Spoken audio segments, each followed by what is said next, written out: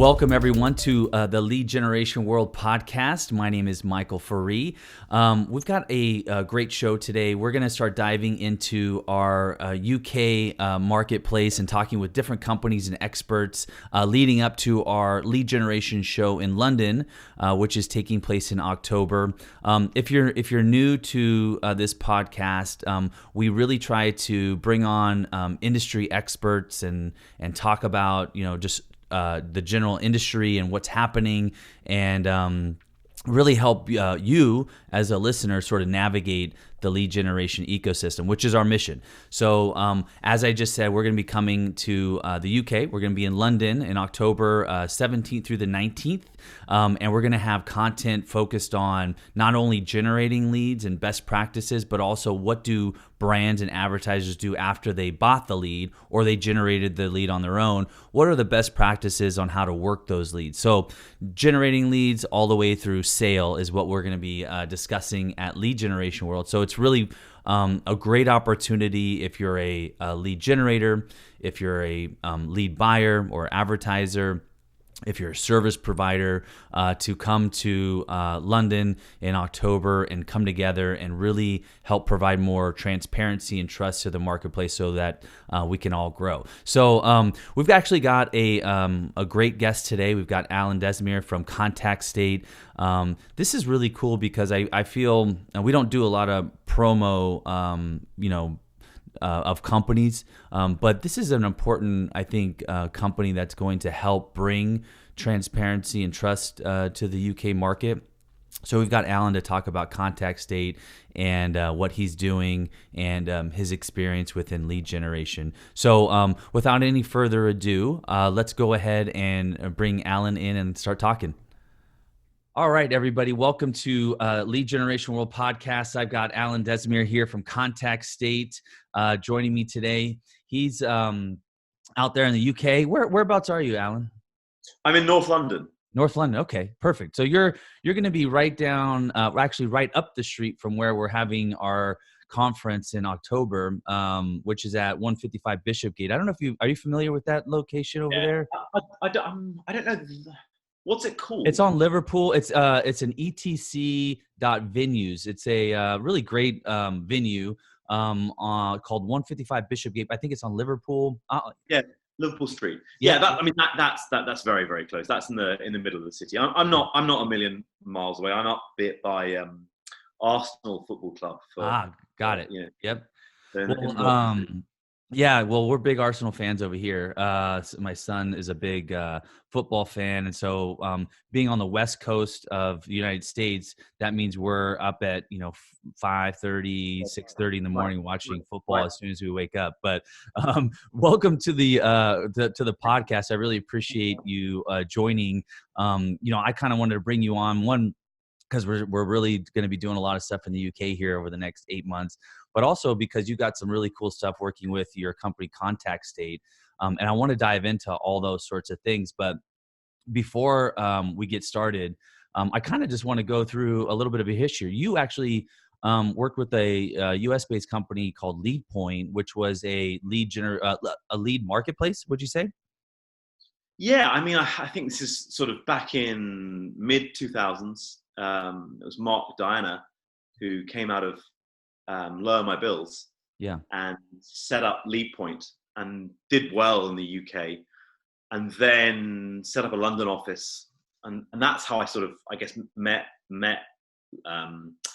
those guys. I joined a guy called Nick Chapman who was the MD in London, and then spent really the next 4 years going sort of back and forth to LA, where they were based, but also, the various conferences in America. So yeah, I'm pretty well versed in US lead gen and everything that goes with that. Yeah. So what were you doing before LeadPoint, out of curiosity? But before LeadPoint, I was doing a number of things. I was doing, I guess, more broader PR and marketing. So, and then really got introduced to this idea of lead gen and direct response media and everything that goes with that, and thought, well, look, this is clearly where the future is. Let's find a way to be involved in this sector, and that's what led me to LeadPoint. Yeah, and that was 2007. So take me back to 2007 with lead gen in the UK market. Was it how was it accepted and was it understood? Because even 2007, here, was relatively fresh in the US based market for leads and mortgage leads. How was it accepted there? Well, it's interesting because look, I joined LeadPoint at pretty much the time that the economy was crashing, right? Yeah. So I joined LeadPoint, and pretty much the next week, Lehman Brothers was closing in the UK, and everything that goes with that. I guess US-based mortgage subprime crisis. So I guess I joined at what was quite a tail end, and probably quite a telling time. Yeah. There were subprime mortgage leads, for example, that were trading at hundreds of pounds.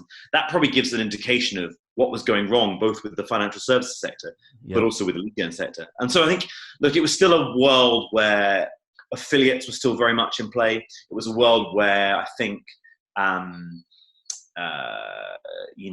it was still a lot more niche than it certainly is now.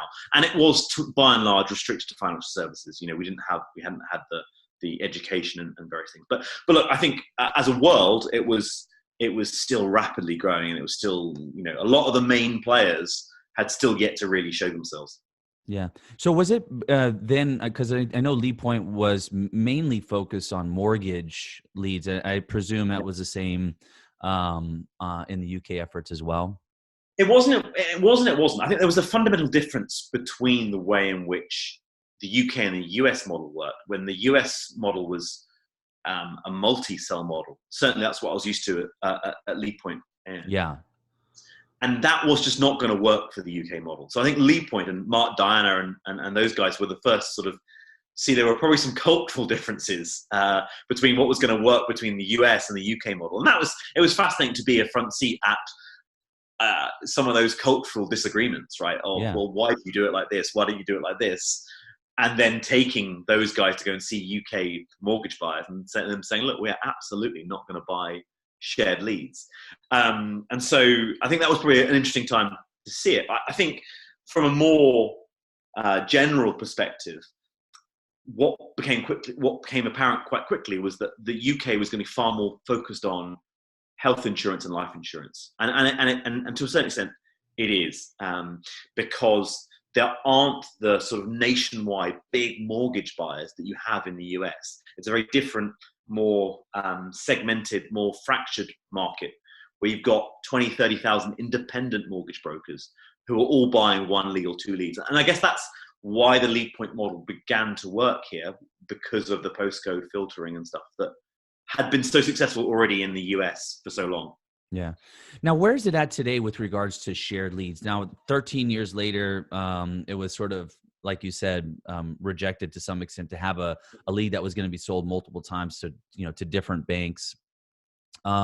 Where is it today, and what's the perception of that shared model today?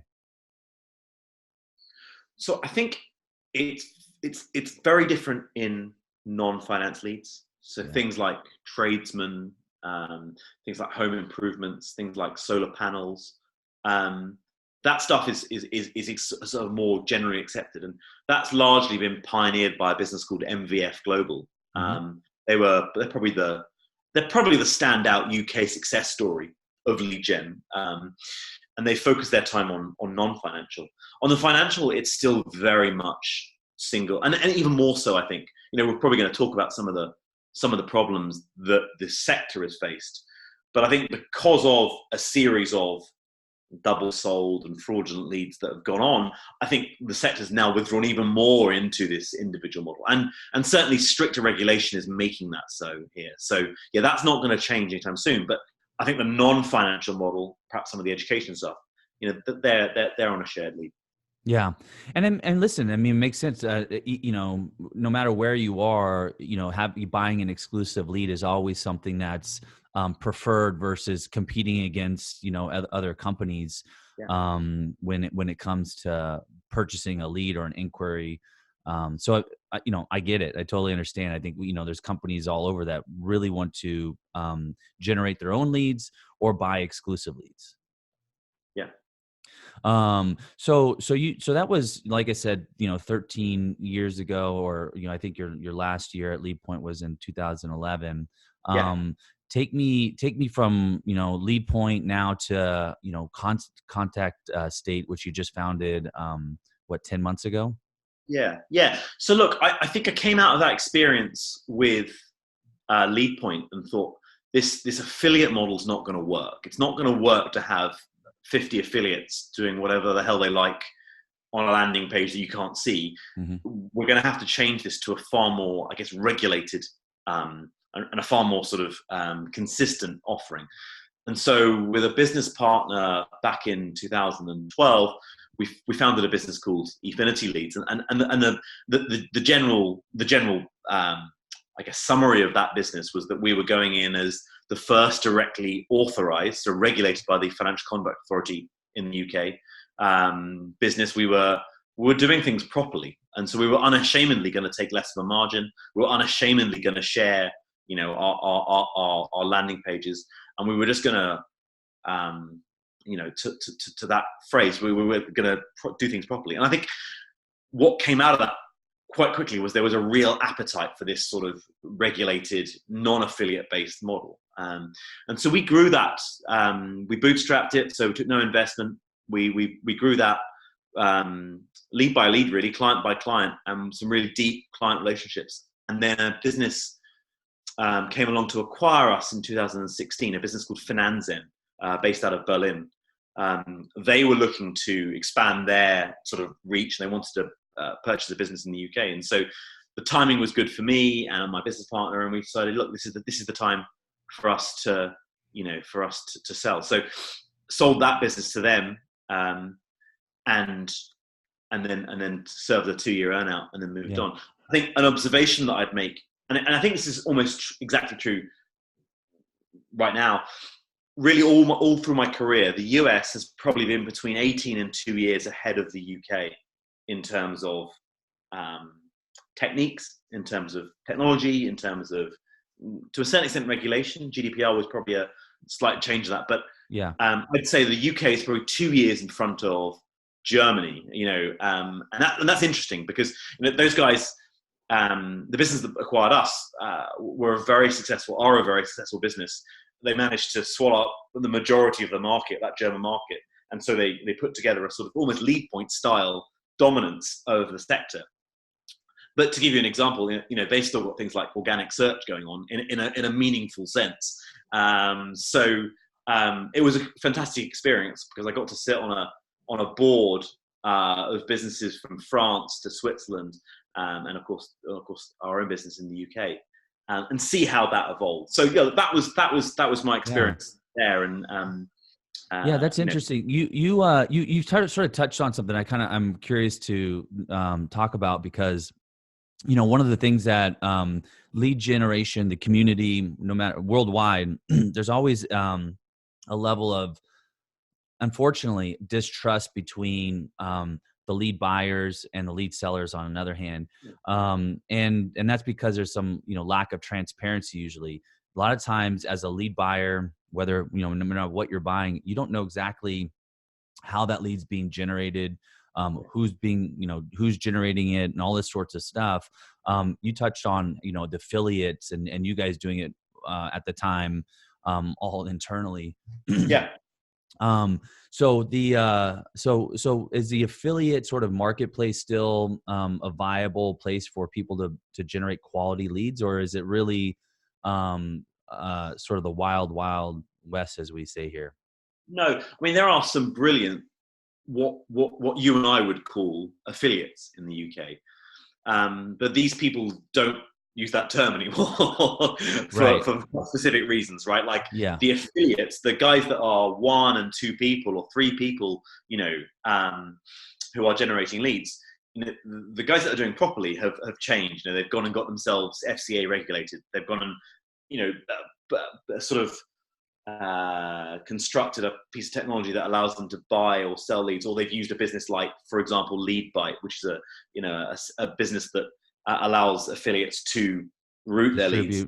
And so I'll give you a good example. There's a business, a gentleman called Ryan Berry, He runs a business called Corner House Media.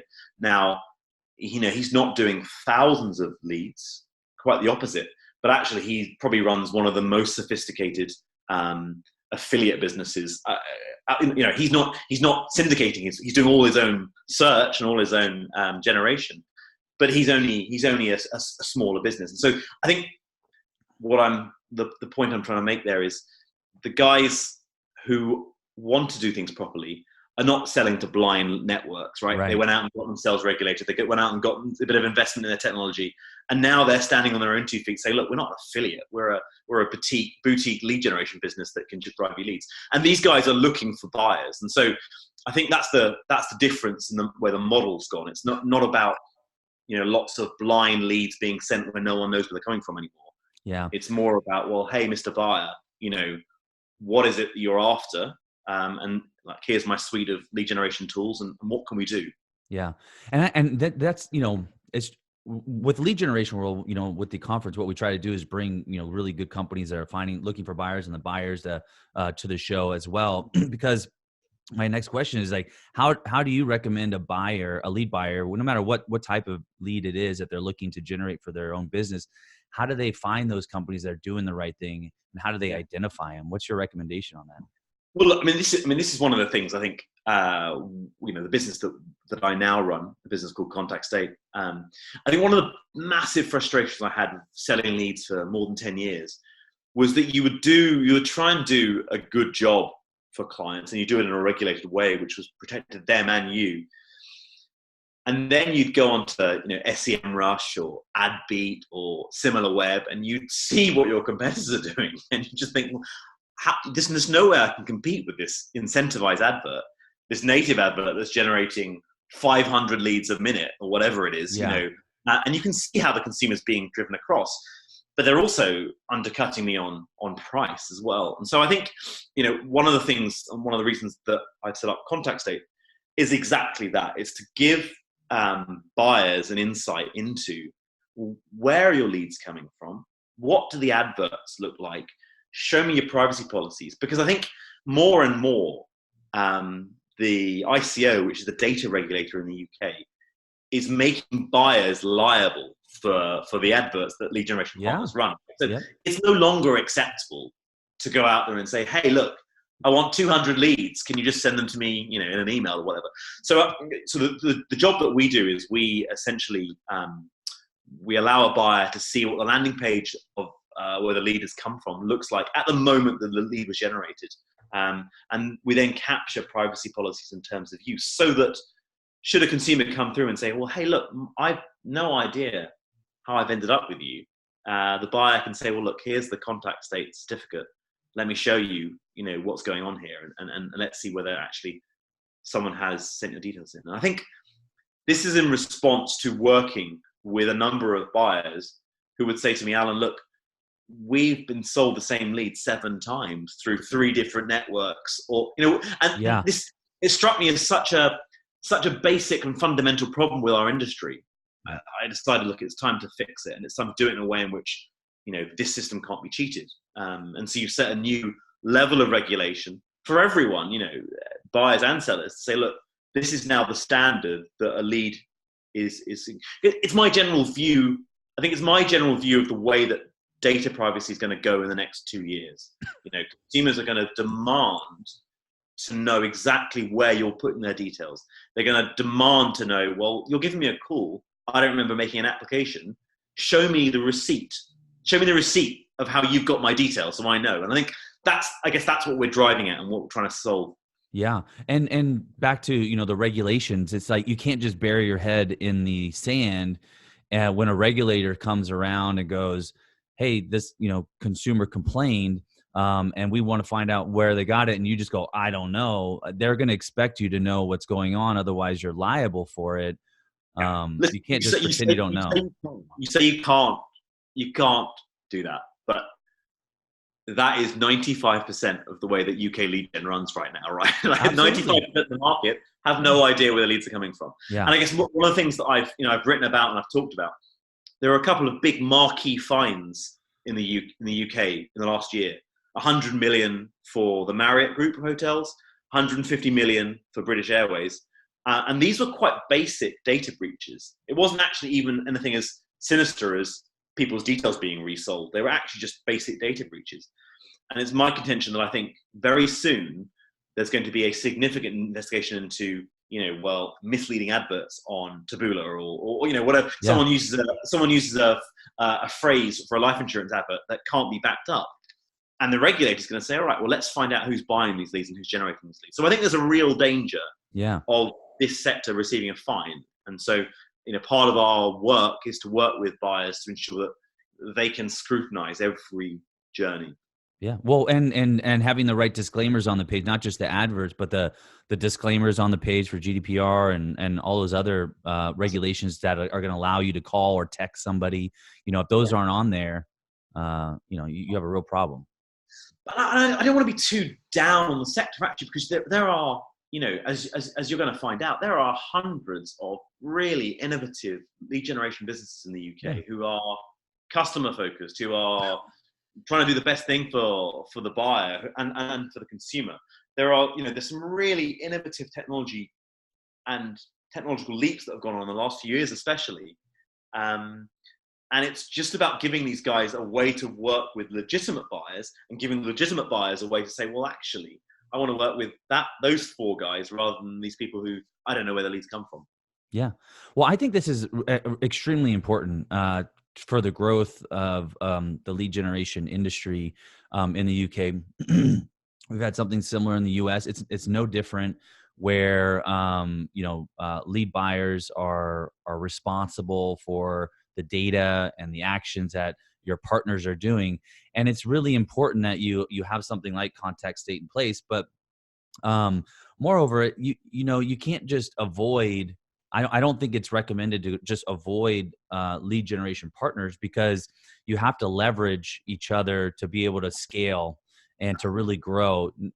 A brand or an advertiser can't do it all on their own. There's a reason why there are experts, lead generators, whether it's email, organic search, paid search, display, whatever it is, that they're really, really good at. And being able to leverage those guys, generate leads into your system is extremely important to be able to scale. So having contact state or something in place where you can really validate that, okay, these partners that I'm bringing on are doing the right things and I'm safe, and is extremely important for the growth of the industry. Yeah, no, I fully agree. And look, probably the biggest factor, is cost, right? Like if you're a life insurance business, you don't necessarily want to go and employ 7 people to run your acquisition campaigns. It makes sense to partner with skilled marketeers who understand direct response media and understand how to generate new customers. I mean, this just makes sense. So you're 6, 7, 8 months into contact state. How is the adoption coming along, and sort of where's your efforts? Are you working with the lead sellers, the lead generators to add this code, or are you working with the lead buyers to sort of have them sort of push upstream and have that added to all their partners' pages as a requirement? Yeah, absolutely. Look, we're doing both. It doesn't work as top down, right? It doesn't work as purely like, hey, look, this is what you are doing. And it doesn't work as a seller tool either. So what we're doing is working with both sides. So I've spent the last certainly 3 or 4 months actively meeting the best lead generation guys out there. We charge the buyer. We're a SaaS product, right? So all our costs are with the buyer. And that gives me a great deal of freedom to go out and meet really brilliant lead gen businesses, because what I'm offering them is, introduction into legitimate buyers. Yeah. I think and that's why I can speak with confidence when I say there are a number of brilliant businesses who generate leads, because a lot of these guys are finding me and saying, look, and telling me the story, like, we're suffering from competitors who are undercutting us on native. How do we validate ourselves and move us over and above that chain? So that's the seller part. I think the buyer part, it's probably more of a natural fit. We're working with a number of buyers who are, concerned about compliance and regulation and want to ensure that every customer they speak to has a certificate so that they can properly understand where that lead has come from. That's crucial. But we're also doing a whole range of other stuff. We've just completed a major tender for a buyer who wants to retender their multi-million-pound lead gen budget and said, look, we want to start again. Can you come and help us and run a tender process, which we did, and it was really fantastic to see lead generation be taken as seriously as offline advertising or PR, where those guys are expected to pitch for business on a regular basis. Mm-hmm. And really, this was from my first experience in PR and advertising. Was I thought, well, can we apply that model of pitching and proposal and really trying to think about what the buyer needs? Can we apply that theory to a lineup where a number of buyers compete for business? And it's going really, really well, and we're getting some really good results. So look, it's really exciting. I'm really encouraged by the traction that we're making. So tell me so just a little bit more detail on how, a code's placed on a website. It's recording the events that are taking place on the page where that is. A lead buyer can then, they get I'm guessing some type of identification number with the lead or certificate that they can go look into on your platform. How does it sort of work from a mechanical standpoint? So we've got 2-3 lines of JavaScript on the landing page of the sellers, and we're very transparent with the sellers about how that works. We're not interested in their keywords. We're not interested in their marketing secrets. What we're doing is we're recording what the landing page looked like the moment the consumer applied. What we do is we hash out all the data. We're not interested in storing any data, so we hold no personal data. So all personal data is hashed out, and all we can see is a series of numerical and alphabetical codes that translate into what that hashed piece of code is. What we're looking for is patterns. So we're looking for patterns of fraud. We're looking for the same name again and again. We're looking for obscene data. And what the seller does is that as the lead passes through, the seller generates a certificate.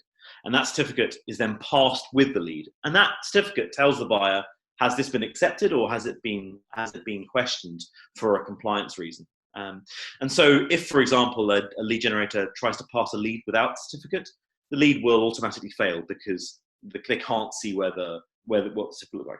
It's an actual physical public-facing certificate. So the consumer can see this as well. So they can share the certificate with the consumer and say, well, look, you applied here, and this is when you applied.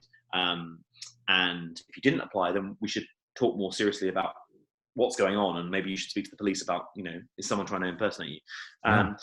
So the buyer, they get a series of certificates attached to everyone, and then we built a whole reporting suite that lets buyers see, are there any specific problems with sellers? Are they generating more certificates? Are any old leads being pushed through? That's a classic one. Yep. Certainly for my life insurance partners, what we work with is what's called a cancellation, a clawback report. So we integrate with their CRM, and we put flags next to sellers that have a very high cancellation rate. This is clearly a very important part of maintaining lead generation is if a seller is remarketing to that data and the data is then cancelling, then a buyer wants to know about that. And so to a certain extent, we work with the buyer's own feedback and the buyer's own requirements. But for the seller, as I've already said, we make numerous introductions every single day because we're working with the buyers, and the buyers say, look, Alan, do you know anyone that you think we should speak to? And so for us, it's a real win-win for the seller, because if the seller runs our JavaScript, then they get introductions to a whole range of buyers. And well, as I've already said. Yeah, I mean, listen, as once a lead buyer myself for a mortgage company, it was always hard to identify, what companies were doing the right things, which ones are going to send you good quality leads, before spending thousands of dollars to find out that this was all, these were all bad, or the lead generator wasn't doing what he was saying. Now, frankly, all they have to do is identify some lead sellers that are using contact state or whatever it may be to prove and be relatively transparent. Now I don't have to worry quite as much. So as a lead seller, I'm thinking, which I spent many years doing as well, was which is a problem too, because now you're trying to sell against these fraudulent lead generators as well, that are saying the same thing you are, unfortunately, but they're not doing the same thing. Well, now you can identify, say, hey, I'm using contact state, which outright proves that I'm being transparent and open and all that sort of stuff. So it's good for everybody. Look, there's been some fun conversations over the past 6 months of buyers saying to sellers, "We want you to use contact state," and them saying, "Absolutely not. We're not using this." And then the conversation is why, and without fail, it's because they don't want to reveal what's actually going on. So that's we have to work carefully with the market. But I mean, I've had no one I respect say to me, "No, I'm not using this," because there's nothing. We're not capturing any data. We're not, But there have been a number of tough conversations with people who say, "Well, I've worked with this seller for a number of years, but we can see they're running 7 different sites, incentivized traffic, or whatever it is." So I think it's a bit of a day of reckoning, and that's why I think we tend to work carefully and choose buyers carefully, because it doesn't work in small measures. You've got to be committed to the process, and you've got to be committed to saying, well, look, we are open for business with people that are doing the right thing. If you still want to buy from, that small affiliate that's always sent you sort of good traffic, but you're not sure where it's coming from, it's probably not going to work. And some of the lead sellers legitimately, maybe have a little concern because, hey, listen, this is their proprietary secret sauce to some extent, and they don't want, for fear that that's going to get out, and so you kind of understand that to some extent. But absolutely, look, elephant in the room, Michael. I've sold leads for 12 years. I've made a living from selling leads. So when I pop up and say, "Hey, look, Mr. Lead Seller, can I know everything about your business?" They're genuinely very, very, very concerned. And we have it in our contracts. Not only we're never going to sell leads again, but we're just not involved in that process, because we are unashamedly trying to create a legitimate place for people to come and buy quality leads. And if you want to do dodgy things, then we're probably not the place for you. I mean, both buyer and seller, right? That's fine. And there are going to be businesses that don't want to work with me, and that's fine, But I think my aim is to set a new bar for where lead generation should be. And the customer, the consumer, is going to be the person that really wins out of that, because when we're going to put an end to this practice of, incentivized lead gen, and into this practice of double selling, so much of it goes on. People sell books of data and move it on. We're gonna stop that, and I think that's what we're trying to achieve. Yeah, no, I think it's great. Now you touched on one thing, and I'm curious. Earlier you said, if you touched on maybe a tad of fraud, but of people filling out a form in a fraudulent way. It could be a bot or whatever it is. But this is not a fraud detection platform. This is just an identification of what happened, right? I mean, your contact state doesn't identify whether necessarily the lead was filled out by some rogue IPs in another country and was filled out by a bot. Yeah, no. So sorry, I just lost you slightly there, but I think I got the whole question. We are identifying both IPs and browser and session and browser sessions, so we can tell if a bot has filled it in, and we did some of that actually today. Actually, someone got hit with a load of leads overnight, and then we were able to quite clearly pull out the leads that had been entered via a specific device. They'd gone to the effort of masking their IP, but because the device was the same, we were able to put it all together and pull them out of the buyer CRM. So we are detecting IP. We're detecting session, the browser session, and we're detecting the actual device that's being used. Now that's all hashed out, no use to us. We can't tell we don't know who it is. But what we're able to say is if there's a pattern of fraudulent behavior, look, all about it, right? You've generated leads, leads being generated on a Friday evening and being pushed through on a Monday morning, right? Or leads suddenly quick succession on a Tuesday at 7:35 that's just inside the filter. This stuff happens. And so what we've done is we've built a series of alerts that tells a buyer when it's happening. We can't stop it, and we wouldn't, we always say to people, we're not a reject platform. We help you pull it out and work out what's going on. And we help you build trends over time. If the same seller is sending you the same pattern of bizarre no contacts, that's when we get involved. The business is called Contact State quite specifically because of the declining contact rate in the lead generation industry. When I started, it was 85%. You'd speak to 85% of leads, and they, now most buyers are lucky to speak to 50%. And that's not just the fact that the consumer mindset slightly changed. There's a lot of other rubbish that's going into, misleading landing pages or old data being pushed through. And so the principle that I work to is that if a buyer can speak to 85% or 100% of leads, they're going to stand a much, much better chance of making those leads work. So everything we do is to, help a buyer identify which sellers are producing the most contactable leads. And then within that, you give them a process to identify who's doing things compliantly. I've got a view of the way that, insurance and mortgage will go, was that right now, if you go and get a life insurance policy and say, hey, look, this is what I'm after, they'll ask you to fill in a medical, and you'll say, look, I've never smoked, so I drink a bit, and then it'll go to the insurer, the product, and then it'll go to the underwriter, and the underwriter will say, yeah, I like the look of it, or no, I don't. My view, and the way I think data is going to go, is that very soon the underwriter will say, sure, now tell me what advert this customer saw, and what landing page this customer saw, and what guarantees do we have over the terms of conditions and the privacy policy they sign. Because guess what?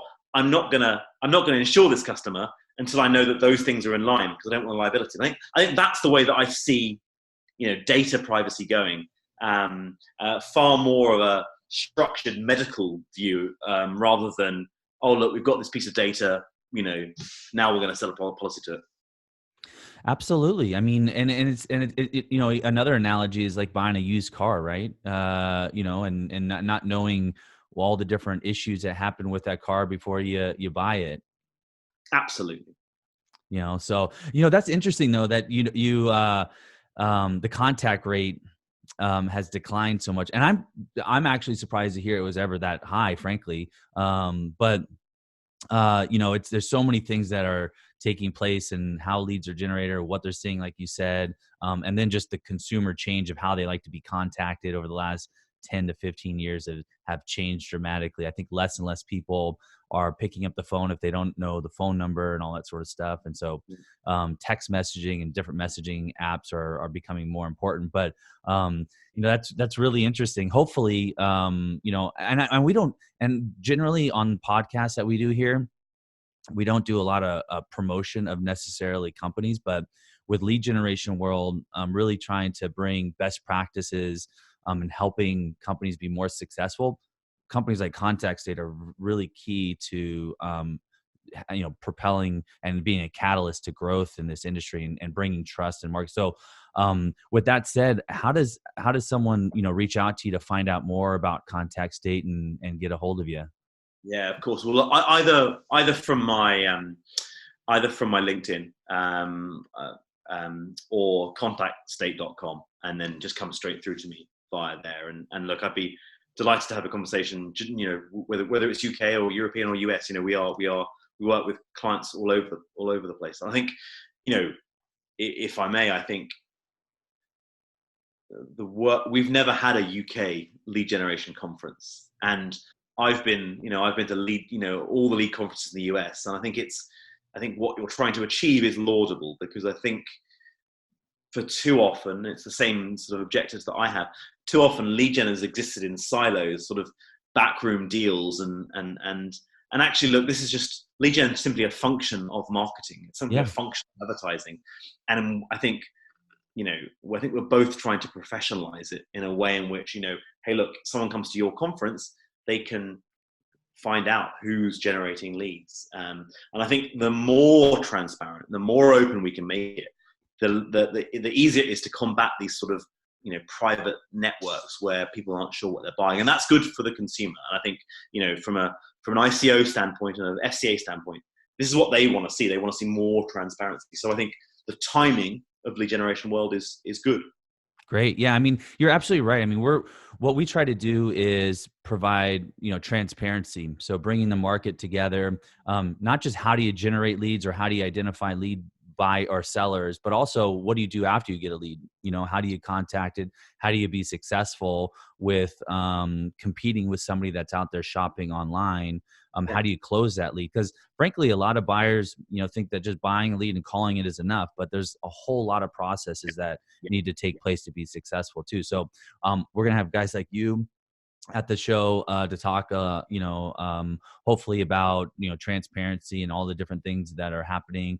But also we'll have some companies that will be there to talk about how to work leads and be successful. So I'm excited for it. I hope we can really provide some growth to the industry and the companies that are going to be a part of it. But I will continue to help you guys out at Contact State, because like I said already, I think it's really, really important for the industry. And if anybody wants to reach out, I'll have Alan's name up on here in a minute, and they'll can reach out to you. But yeah, thank you for sharing what you're working on, and maybe in another month or so we'll come back and do this again and talk a little bit more shop when we have more time. Yeah, I'd like that. That'd be good fun. Awesome. Well, thanks for joining. We'll talk with you later. Cheers, Michael. Take care. All right.